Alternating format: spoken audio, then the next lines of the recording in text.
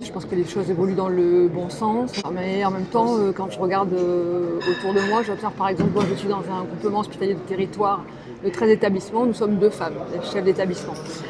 Donc il y a encore un peu de marge. Encore aujourd'hui, pareil, je vais vous donner un exemple très simple.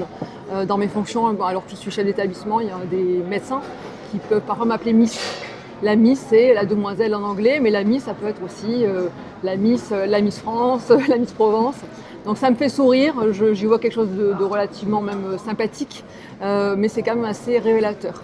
Et puis il y a aussi le regard des femmes sur les femmes. On voit bien qu'il y a moins de storytelling des femmes, que peut-être une moins grande confiance en elles, manque de modèles, aussi de modèles qui sont des modèles de leaders charismatiques. Et ça se retrouve dès le jeune âge chez les petites filles. Je pense qu'effectivement, il va falloir qu'on avance de ce point de vue-là. On parle de manspreading, de mansplaining, et on ne le retrouve pas chez les femmes.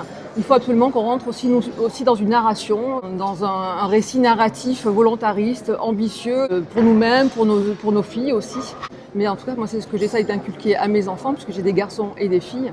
Et j'ai tendance à dire d'ailleurs, pour ce que j'observe, que les filles sont plus autoritaires d'ailleurs que leurs frères, qui eux sont plus féministes.